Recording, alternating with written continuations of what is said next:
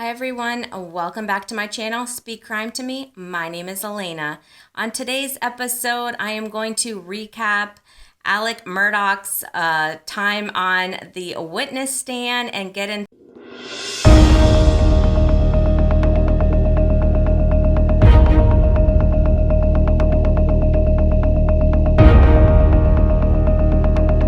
all the details and the bombshells that we learned. So let's dive in. I'm gonna just start off this conversation saying that I personally felt like Alec Murdaugh looked like an idiot on the stand. I have read that his lawyers were really hoping that he was not going to take the stand. I just felt him so unrelatable. I felt like you couldn't believe half the stuff that was coming out of his mouth just because of all the lies that we know that he has been saying for years and years and years. So I thought that it was a joke and that probably his attorneys were probably like, oh crap. What did we do? He did start with a witness quickly on Thursday, right before Murdaugh took the stand. I didn't feel like it was super relevant, so I'm just going to take the time with you all to point out some key points of Murdaugh's testimony. So here we go. So, obviously we know the defense is going to be all about trying to paint Murdaugh in this great light. I'm just going to point out some stuff that the prosecution really dug into. So, they really challenged him on the key minutes because, for 20 months, he's been denying that he was at the kennels until all of a sudden the Snapchat video came to light late last year. Now that they have all this phone call records, text messages, videos, car navigation information, the cell phone steps, the prosecution points out that he would have had to have left the kennels and basically returned to the main house, and within minutes and seconds, Maggie and Paul were murdered. I mean, to me, that's just so not believable. I mean, the timeline is, I don't even know why. I guess he had to admit that he lied, but again, why take the stand? Because you're saying, okay, I was down there, but I was just in and out, and then seconds later, minutes later, my wife and child was murdered. It just does not make sense to me. So he says that he drove the golf cart down to the kennels. He spoke with Maggie briefly, took the chicken out of the dog's mouth, and then went home minutes later. And 2 minutes from when he said he left the kennels, Maggie and Paul's phones locked forever. So at that point, that is pretty much when we are believing that they were murdered. And some of the commentary, I love the prosecution lawyer, last name Waters. He's like, so you're telling me this is real life. You jet there and jet right back. I mean, again, who knows? Like, as we know, nothing is like at a timeline. Someone could have grabbed you like, hey, asked another question. Again, it's unbelievable that he was there and a minute or two later, these people were murdered. But they get him to basically say that he's never admitted that he lied until that video came out, like I just pointed. And the prosecution basically says, so you had to back up your story and make a new story that kind of fit with the facts that can't be denied. And then, at the beginning when he's on the defense stand, he starts crying, basically apologizing to all his family for making up this lie. And Waters, the prosecution lawyer, basically is trying to tell a key theme of the story that, Murdaugh is an experienced lawyer and he's won a ton of cases. He volunteered with a local prosecutor's office, and all of that had, basically helped him or enabled him to help hide this crime. We also know that the prosecution started the testimony on Thursday with pointing out that Murdaugh had this police badge. Apparently, I think his father or grandfather had one as well. He had these blue lights on his on his car. And part of his reason for lying about his alibi was that he was paranoid about the cops.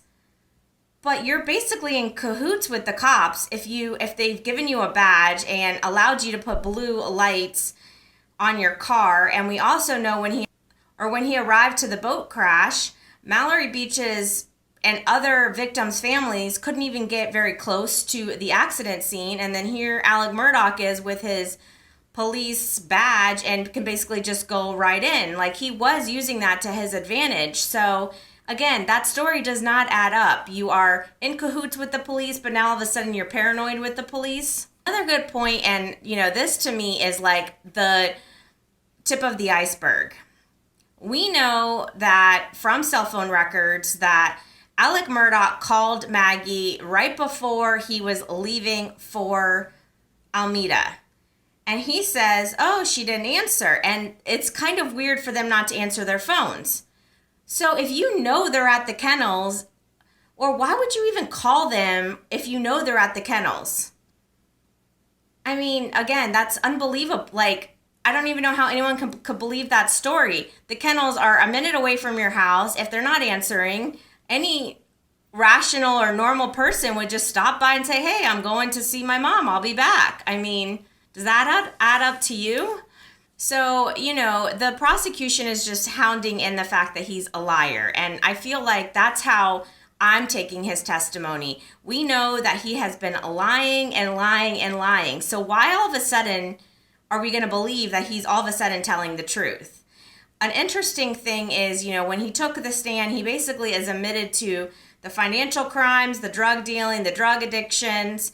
And, some experts have pointed out that him basically admitting to the financial crimes is like, that's going to put him away for the rest of his life anyways. Like, why would he do that taking the stand? Very interesting as well.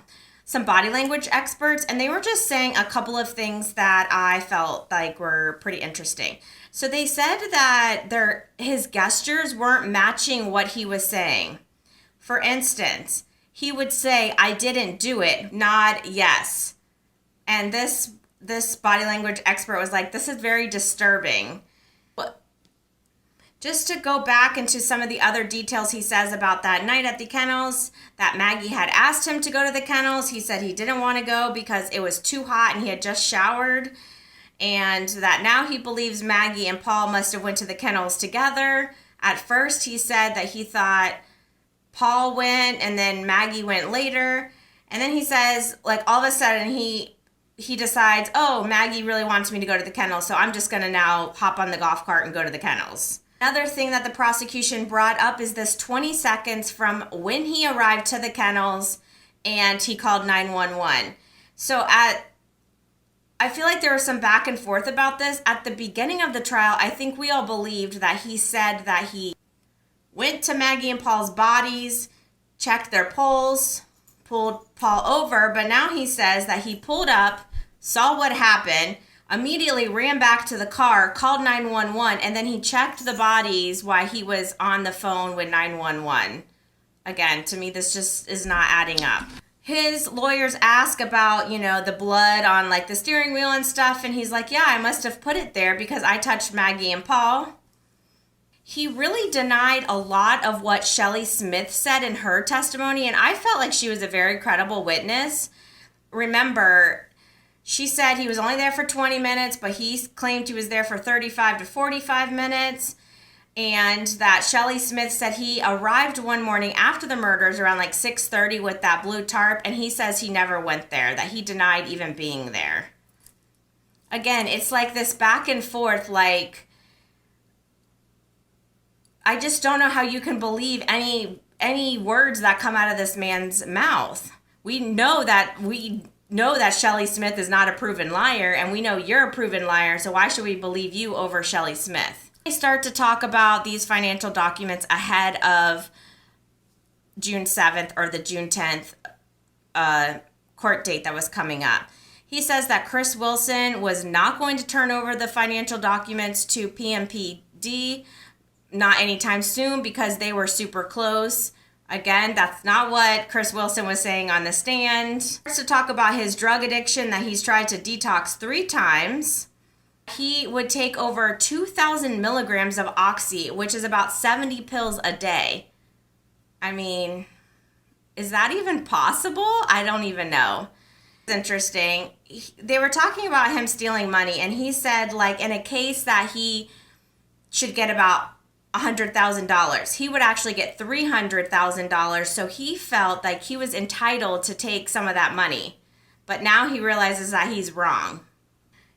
He claimed that he would pop pills anytime he was paranoid or had paranoid thoughts, that he had a bunch of pills in his pocket when he was being investigated right after the murders, I think in the early mornings of June 8th. How many times in your life that you've had to back up and make a new story to fit the facts of what was going on currently? They also point out that as of November 2021, his defense attorneys were doing live interviews about Alec Murdaugh's alibi, saying that he was not at the kennels. And we know that this video came out right after that. So I personally don't think he would have ever admitted that he was at the kennels if, 1, he didn't testify, and 2, obviously, if that video never existed.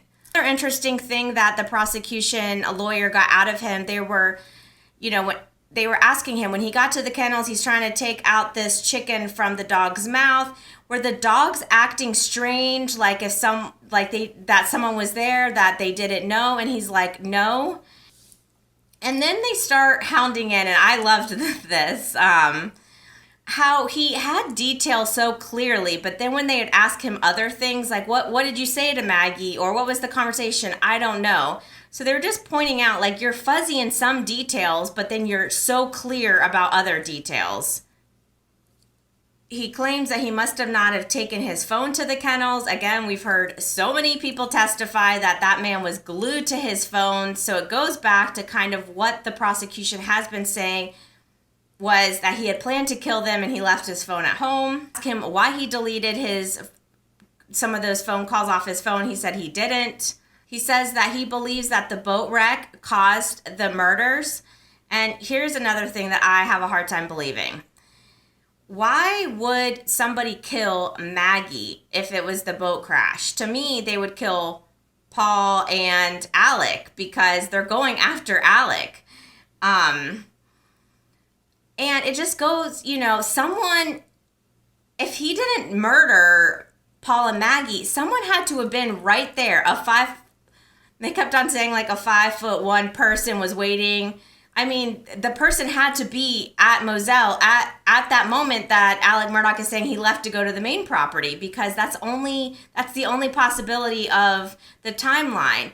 And then, okay, that person knew that there was guns in the kennels at that time, and that they knew Paul and Maggie were going to be in the kennels. Again, all just does not add up.